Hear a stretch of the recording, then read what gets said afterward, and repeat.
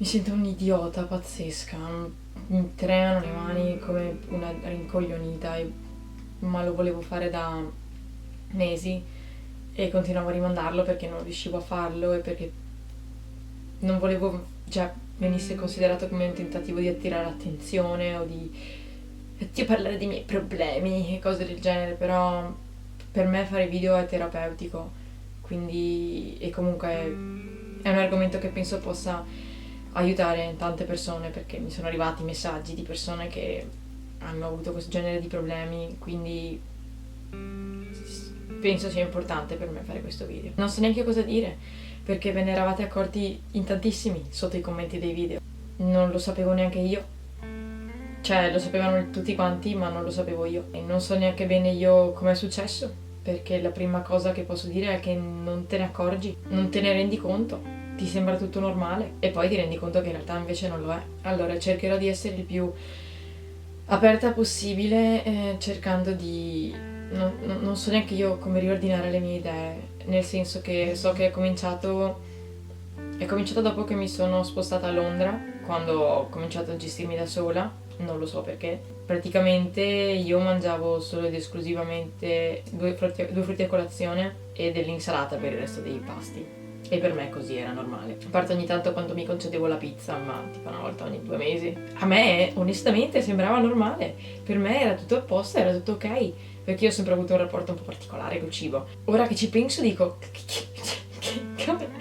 come potevo pensare che solo lontanamente che fosse normale? Ed è cominciato così e avete visto tutti quanti quello che è successo. Mi avete visto dimagrire moltissimo, mi avete visto deperire, ho perso in energia, ho perso in capacità, sono andata incontro a dei problemi di salute dal punto di vista della pressione molto molto molto molto molto bassa, ero sempre stanca, la temperatura corporea molto bassa e soprattutto la mia incapacità assoluta di convivere con l'ansia perché non avevo le energie, di conseguenza mi stavo logorando i nervi ed è terribile perché veramente tu non te ne accorgi, non è mai abbastanza e per quanto la gente ti dica le cose, a un certo punto cioè non è proprio assolutamente una cosa che ti fa sentire bene, che una persona ti dica oh come sei magra, anche perché come la gente comincia a dirti oh mio Dio come sei magra, comincia a essere veramente veramente pesante. Sono arrivata a un punto in cui non riuscivo a sopportare che la gente puntualizzasse sulla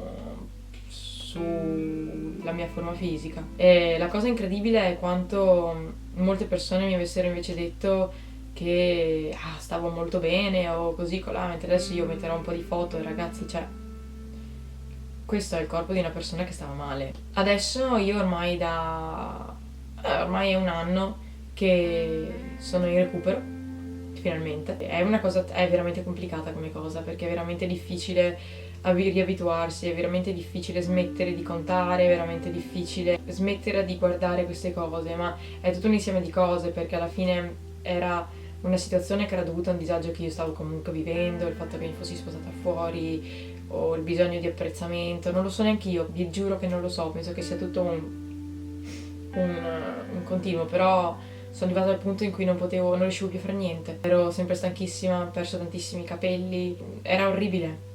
Era una cosa assolutamente devastante, della quale io non mi ero mai resa conto e tutti cercavano di dirmelo, tutti cercavano di farmelo capire e per me era impossibile. Non sto dicendo che adesso magari non ci faccia ancora caso, cose del genere, ma è comunque diverso, va meglio e ragazzi c'è una differenza abissale rispetto ai quantitativi di cose che finalmente mi permetto di mangiare e di quanto mi importi infinitamente di meno. Ma i disordini alimentari sono una faccenda orribile, terrificante. Sono arrivata al punto, mi ricordo il momento in cui ho realizzato di avere un problema, è stato quando ero a casa e pensavo di aver mangiato troppo e io non sono mai stata bulimica e mai sarò bulimica.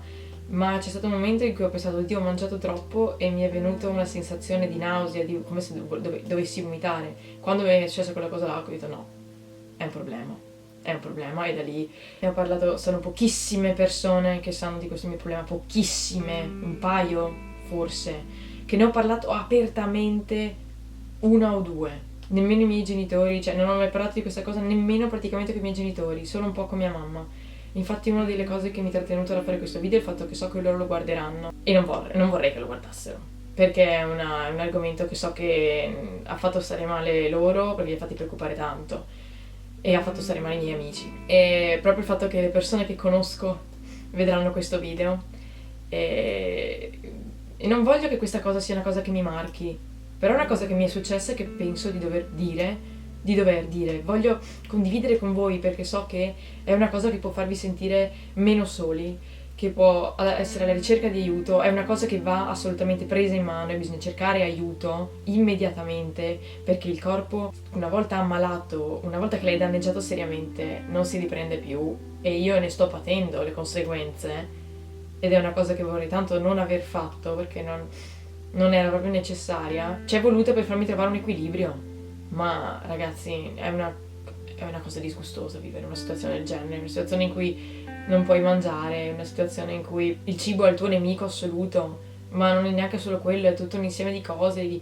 stare continuamente a controllarmi. Io ancora adesso quando qualcuno mi tocca io sono subito in allerta e sto attenta a cosa loro possono percepire di me, cioè è un discorso strano. Per quanto tutti me lo dicessero e tutti continuassero a dirmi che ero troppo magra, bla bla bla, io non me ne ero mai resa conto e non credevo a nessuno.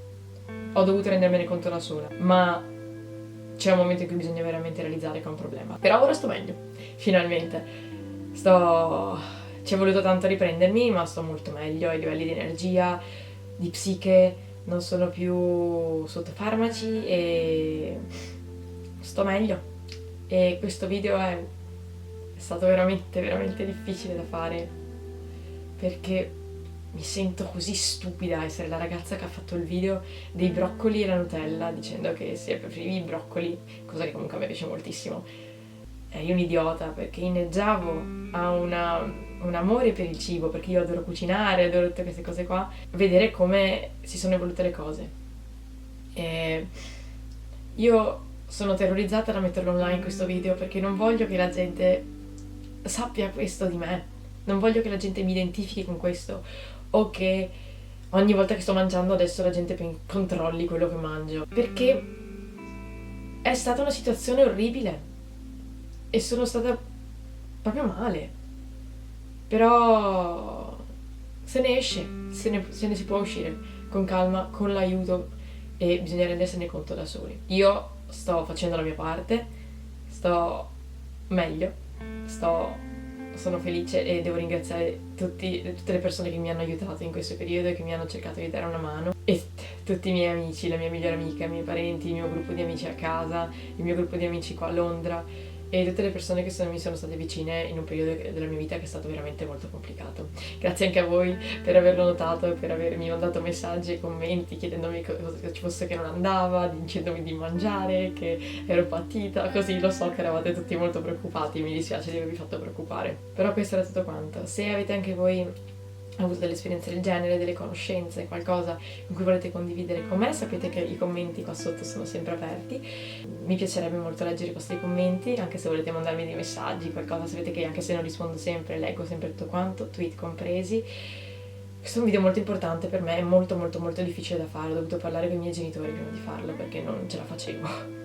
Però eccolo qua. Ho voluto essere sincera e onesta al massimo delle mie possibilità. Se avete bisogno di aiuto, vi lascio dei siti qua sotto che potrebbero darmi una mano, e dei numeri, e sapete che comunque potete parlarne con me. I disordini alimentari non sono solo una questione fisica, sono una questione psicologica. A volte non li vedi, ma ci sono.